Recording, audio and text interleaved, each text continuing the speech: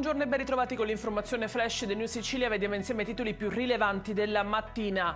In apertura l'operazione antidroga di oggi tra Caltanissetta, Gela e Siracusa ha scoperto un giro di stupefacenti da circa 200.000 euro. Dalle indagini emergono pusher pagati 1.000 euro al giorno e tassi usuranti nei confronti dei clienti, 10 gli arrestati.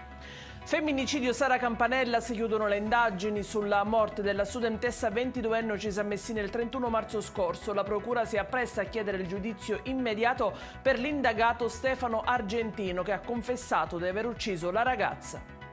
Incidente frontale questa mattina all'alba alla periferia di Palagonia, in provincia di Catania, in via Palermo, nei pressi del ponte Perramacca. Un'auto con 2 persone a bordo si è scontrata con un furgone che trasportava 8 lavoratori stagionali, 10 i feriti, alcuni gravi. Un giovane tunisino di 21 anni è stato arrestato a Dakar dalla Polizia di Stato con l'accusa di tentato omicidio dopo aver ferito gravemente un connazionale minorenne al termine di una lite. Sarebbe scoppiata per un presunto debito non saldato. La vittima si trova in prognosi riservata.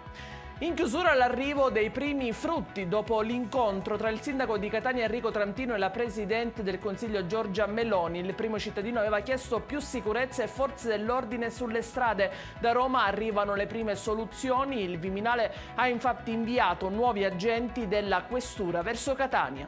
Ed è tutto per questa edizione. Io vi ricordo come sempre che i dettagli su queste notizie e molte altre li trovate sul nostro sito e sui nostri canali social. Grazie per averci seguito e a più tardi.